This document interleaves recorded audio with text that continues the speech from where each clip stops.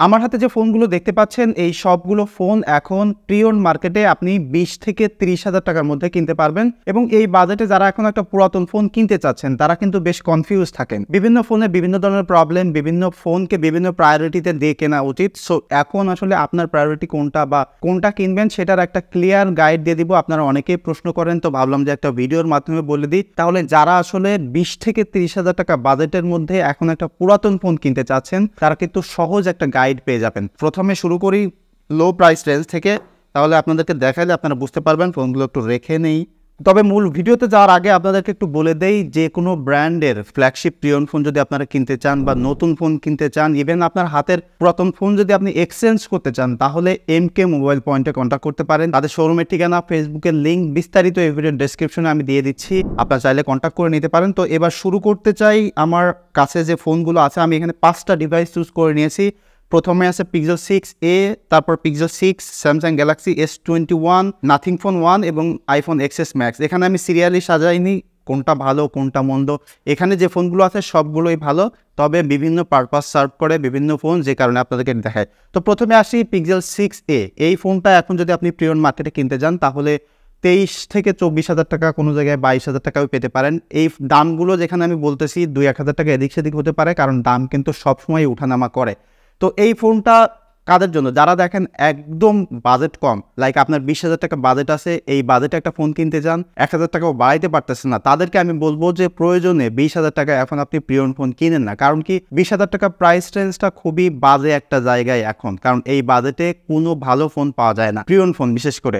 So এই মুহূর্তে যদি আপনি প্রি-ওন্ড ফোন কিনতে চান 20,000 টাকা বাজেটে, তাহলে আমি বলবো প্রয়োজনে 1 মাসও দেরি করতে হইলেও দেরি করে Pixel 6a কেনেন। কারণ এই বাজেটে যারা ফোন কিনি আমরা, তারা কিন্তু অনেক কষ্টের টাকা দিয়ে ফোন কিনি। কারণ বড় লোক হইলে তো 40-50,000 টাকা দিয়েই ফোন কিনে ফেলতে পারতাম এই বাজেটে। কারণ এই 20-25,000 টাকা বাজেট প্রাইস রেঞ্জ আমাদের যাদের আছে, তারা কিন্তু আমরা আসলে কষ্ট করে টাকা গুছিয়ে এই ফোনগুলো কিনে থাকি। সো এই ফোনটা কিনতে পারেন 23-24,000 টাকা প্রাইস রেঞ্জের। এই ফোনটার ক্যামেরা খুবই ভালো, ব্যাটারি ব্যাকআপ খুবই ভালো এবং আরো লেটেস্ট সফটওয়্যার আপনি সাপোর্ট পাবেন এটার মাধ্যমে, এবং এই ফোনটার বিল্ড কোয়ালিটিও খুব ভালো। তবে এখানে একটা প্রবলেম কিন্তু অনেকে ফেস করে, সেটা হচ্ছে নেটওয়ার্কের ইস্যু। সো নেটওয়ার্কের ইস্যুটা কিন্তু অনেক বড় সড়ো ইস্যু Pixel 6 সিরিজের ফোনগুলোর জন্য বিশেষ করে। সো এই ফোনগুলো যেখান থেকেই কেনেন, আপনারা শপে কথা বলে নেবেন, নেটওয়ার্কের প্রবলেম থাকলে তারা যেন ওয়ারেন্টি ক্লেম করতে দেয় বা আপনাকে রিপ্লেস করে দেয়। MK মোবাইল পয়েন্টের কথা বললাম, তারা কিন্তু নেটওয়ার্কের প্রবলেম থাকলে ফোন চেঞ্জ করে দেয়। সো সেখান থেকে কিনলে অ্যাটলিস্ট এই প্রবলেমগুলো আপনাকে ফেস করতে হবে না।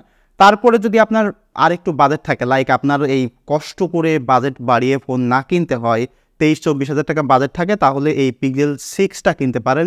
আমার কাছে মনে হয় যদি আপনার কাছে মানে খুব বেশি বাজেট নিয়ে প্রবলেম না হয়, তাহলে Pixel 6a থেকে আপনার Pixel 6টা নেওয়া উচিত। কারণ এই ফোনটা আপনি 25,000 টাকা বা 25,500, ইভেন 24,000-24,500 কিনতে পারেন। তো এই ফোনটা একটা কমপ্লিট প্যাকেজ 6 সিরিজের ফোনের জন্য বলা যায়। যেহেতু আপনার Pixel 6 Proতে টেলিফটোতে পোর্ট্রেট তোলা যায় না, সেই জন্য এইটার যে ক্যামেরা আছে, যে ব্যাটারি ব্যাকআপ, যে ডিসপ্লে এবং যে বিল্ড কোয়ালিটি, 23,000 টাকা প্রাইস রেঞ্জের বাজেটের মধ্যে এটা one of the best device আপনি যে কোনো দিক থেকে যদি কম্পেয়ার করেন। এই ফোনটাতেও কিন্তু নেটওয়ার্কের ইস্যু ফেস করে। সো যেটা বললাম, শপে কথাবার্তা বলে যেখান থেকেই কেনেন আপনারা নিতে পারেন। এবং এই যে পিক্সেলের ফোন দুইটা, এই দুইটা ফোন ব্যবহার করলে যে জিনিসটা আপনি মজা পাবেন, সেটা হচ্ছে যে অ্যান্ড্রয়েডের যে একদম রক সলিড একটা এক্সপিরিয়েন্স, একদম পিওর অ্যান্ড্রয়েডের এক্সপিরিয়েন্স, সেটা কিন্তু এটা মধ্যে পাচ্ছেন। একটা জিনিস হচ্ছে যে অ্যান্ড্রয়েডের আপডেট পেতে কিন্তু ফোনগুলোকে মানে অনেক ঝামেলা পোহাতে হয়। লাইক আপনার অ্যান্ড্রয়েড 15 যখন আপডেট চলে আসবে, তখন কিন্তু স্যামসাং তাদের ওয়ান ইউআইকে কাস্টমাইজ করে আরও একটু পরে দিবে, বিভিন্ন কোম্পানি পরে দেয়। কিন্তু যখন আপনি পিক্সেলের ফোনগুলো ব্যবহার করবেন, যেদিনই অ্যান্ড্রয়েড আপডেট দিবে সেদিনই কিন্তু এই পিক্সেলের ডিভাইসগুলো পেয়ে যাচ্ছেন। যে কারণে এই পিক্সেলের ফোনগুলো প্রিফার করি আমি, তাদেরকে সাজেস্টও করি যারা মানে একদম র ধরনের ক্যামেরা, অর্থাৎ as it is colour natural টাইপের ক্যামেরার এক্সপিরিয়েন্স পেতে চান, সাথে একদম সলিড একটা অ্যান্ড্রয়েডের এক্সপিরিয়েন্স পেতে চান, তাদের জন্য কিন্তু পিক্সেল ফোন খুবই ভালো। তবে একটু মাথায় রাখবেন, এই পিক্সেলের ক্যামেরা স্টাইল কিন্তু র ক্যামেরা, সো রেডি টু আপলোডের মতো না। যারা একটু এডিট করে নিতে পারেন তারাই এই ফোনগুলো কিনবেন, আদারওয়াইজ কিন্তু এই ফোন কিনে ক্যামেরাকে আপনি গালাগালি করবেন। বাট এটার ক্যামেরা কিন্তু ভালো, আমি বলে রাখি, সেটা আপনাকে জানতে হবে এডিট করতে। সো তারপরে যে ফোনটা আছে সেটা হচ্ছে স্যামসাং গ্যালাক্সি S21। আমি কিন্তু এখানে সিরিয়াল বাই সিরিয়াল যাচ্ছি না যে কোনটা বেস্ট, কারণ আমি আগেই বলেছি এই বাজেটে যে ফোনগুলো আমি ধরেছি এর মধ্যে সবগুলোই ভালো। বাট কোনটা কী কারণে ভালো সেটা আমি আপনাদেরকে বলে দিচ্ছি, সেটা তো আপনারা বুঝতেই পারতেছেন। দেখেন, S21 5G ফোনটা একটা ব্যালেন্সড ফোন, 30,000 টাকা বাজেটের মধ্যে, মানে 20 থেকে 30,000 টাকার বাজেটের মধ্যে একটা অল অ্যারাউন্ড ফোন। এইটার যে ক্যামেরা খুবই সুন্দর, একদম রেডি টু আপলোডের মতো, সাথে যে ভিডিও কোয়ালিটি আছে খুবই ভালো, এটার ডিসপ্লে খুবই ভালো। এবং যেটা বললাম যে এই বাজেটের মধ্যে একটা অল অ্যারাউন্ড ফোন, এই ফোনটাতে কোনো দিকে আসলে আপনাকে স্যাক্রিফাইস করতে হচ্ছে না। এইটা একটা কম্প্যাক্ট ফোন এবং খুব কমফোর্টেবল, খুব সুন্দর একটা ডিজাইনের ফোন। আপনি কিন্তু এবছরও সফটওয়্যার সাপোর্ট বা লেটেস্ট সফটওয়্যারটা এটাতে আপডেট পাবেন। তো এই ফোনটাতে যে ভয়টা আছে সেটা হচ্ছে যে এটাতে গ্রিন লাইন পড়ার একটু ভয় আছে। তো সেই জিনিসটা মাথায় রেখে সেই রিস্কটা নিয়ে যদি আপনি কিনতে পারেন তাহলে কিন্তু এই বাজেটে একটা বেস্ট ফোনের এক্সপিরিয়েন্স আপনি এই S21 5G থেকে পেতে পারেন। এবং এই প্রত্যেকটা ফোনের রিভিউ কিন্তু আমার চ্যানেলে দেওয়া আছে, আপনারা যদি এইটার ইনডেপথ রিভিউ দেখতে চান সেটা কিন্তু সেখান থেকে দেখে নিতে পারেন।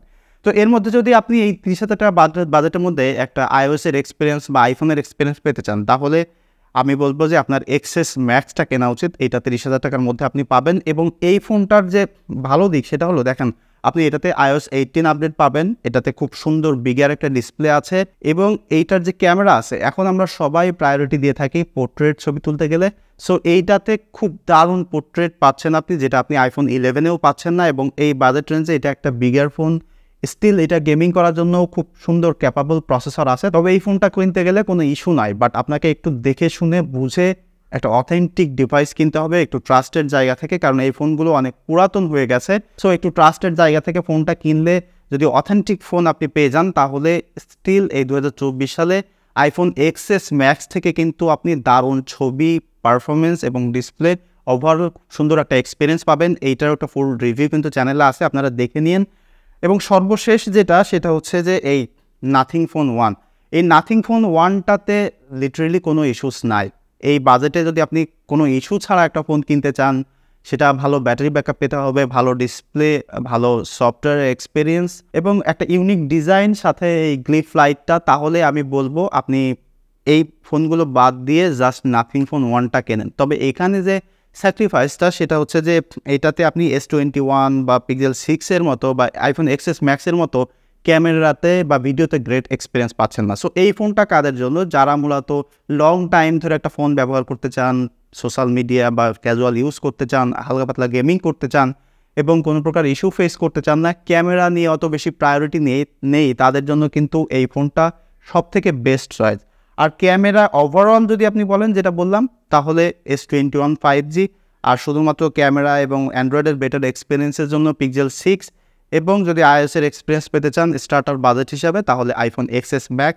তো এইটাই মূলত আমার পারচেস গাইড থাকলো আপনাদের জন্য 20 থেকে 30,000 টাকা বাজেটের মধ্যে। এরকম ভিডিও যদি আরও আপনারা দেখতে চান তাহলে একটু কমেন্ট করে জানাবেন। এবং এই ডিভাইসগুলো থেকে আপনারা যদি কোনো ডিভাইস ব্যবহার করে থাকেন তাহলে কমেন্ট করে জানাবেন আপনাদের এক্সপিরিয়েন্স। দেখা হচ্ছে পরবর্তী ভিডিওতে, সে পর্যন্ত সবাই সুস্থ থাকবেন, ভালো থাকবেন। ধন্যবাদ সবাইকে।